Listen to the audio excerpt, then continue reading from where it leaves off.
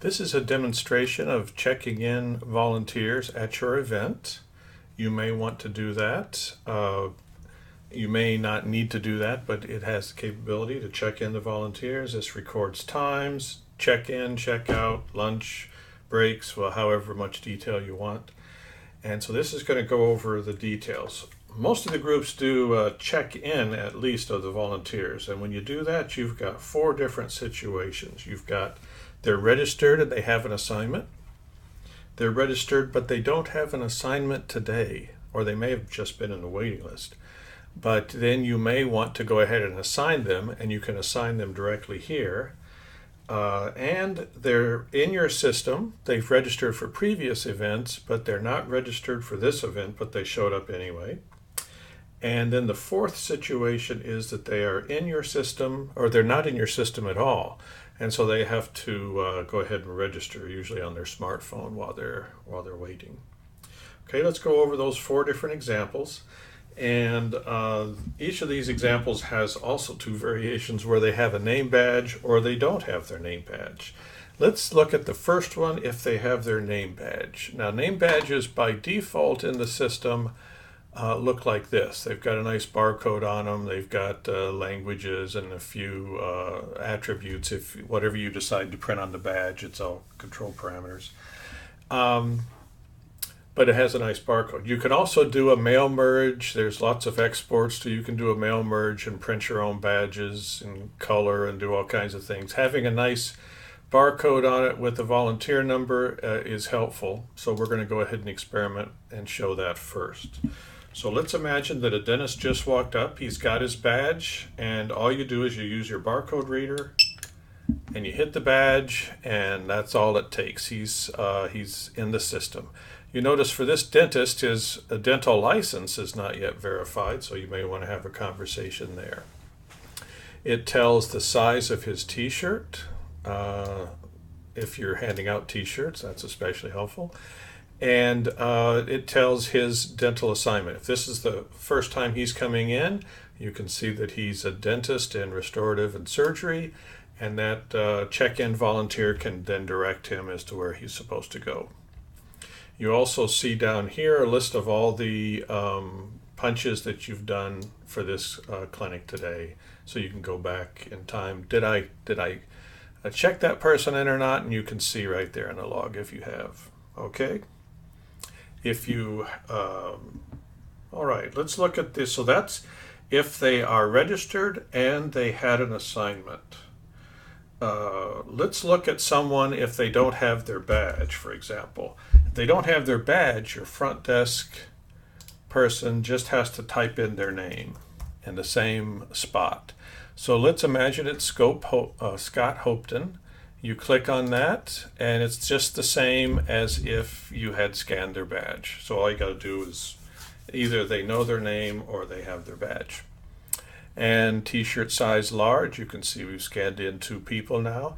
It also, when you scan them in, it gives their assignment, nice big letters here, and their profession. This is just a general support person. And it shows that they are checked in today. It also shows their assignments for the rest of the week. And you can see here where they're going to be on Tuesday, Wednesday, and Thursday, in case they have any questions about starting times or anything like that. All right, that's all it takes. If you've got a name, you put that in. If you've got the scan the badge, you do that. Now, if you scan the badge twice, there's the person that was already this. Let's scan this person. Here's Jeff. This is the same person as before. Now they've got 2 scans. Doesn't hurt anything. It does show them in the reports that they are present that day. Some of the automation is useful if they are present that day. All right, and now let's look at the next example. Someone who is registered, but they have no assignment. All right, let's look at them. We're going to use the barcode. And this person is registered today, but is registered for the event, but they do not have an assignment. Registered, their clinic status is registered, but no assignment today. Small t-shirt, gets the name so you can verify that it's the correct person, and gives their address and so on. And what you can do though is you can assign them today. And then you can select here are the assignments that are available for this person based on their profession. This is a general support person. Your events may not break it down by complicated professions and so on, so this may not be too difficult. But in this case, this person is available for this general support. You select that, and she's checked in as general support. And you can see she's checked in for Saturday. She missed her assignment yesterday. On Wednesday, she missed her assignment. She's also scheduled on the 25th. Remember, this is just a test event. And then she's on the waiting list on this Friday. So you can also, if she has wants to know anything about her schedule, then you can do that. So again, this was an example of someone who was registered for the event but had no assignment today when she's checking in.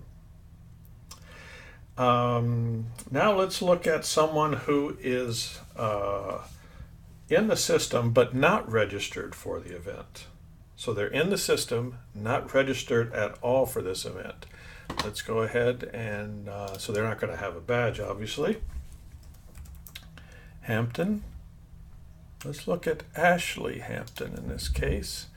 And she is not assigned at all, not registered for the event. So you can do that pretty easily by just signing her up. Since she's already in the system, we already have her basic information. So they don't have to go through all that name and address and fill out all the emergency contacts and sign the waiver and all of that. She's already done all of that. So you just click sign up. And then it says, what would you like for her to do today? You can assign her to any of these assignments. She is a dentist. Since she has a profession that matches this assignment, she could be signed up as a dentist or as a general support person. Let's go ahead and sign her up as a dentist. You just click that. Got her t-shirt size. She's all checked in. License not yet verified in the test system here. And these are all fake people anyway. And there it is. And now since she didn't have a badge, you could go ahead and print the badge here. There it would pop up in another screen, and you could just click to print the badge if you wanted to do it that way. Or if you're printing your own badges in some other format, you would do that. Okay, so that's in the system but not registered. So you see it just took a couple of clicks and I signed her up for the event and gave her an assignment, and she's on her way. So you can see how fast all of these functions are. If someone is in the system and they have an assignment, let's go ahead and check someone else in. See, they're in the system. They're checked in now. You can see this thing here. They're all checked in. You don't have to do anything else. Let's go ahead and do someone else. And there's Nicholas, general support as assigned. So it's just that fast. Just click, click, click, click. So you could just go down a list of people. At times you could just have a laptop and carry it down the line of volunteers and just sign them all in. That's all the time it takes to sign somebody in. You might be handing out t-shirts as well, but it doesn't take too long to sign someone in. All right, that's how you would handle things with volunteer registration check-in.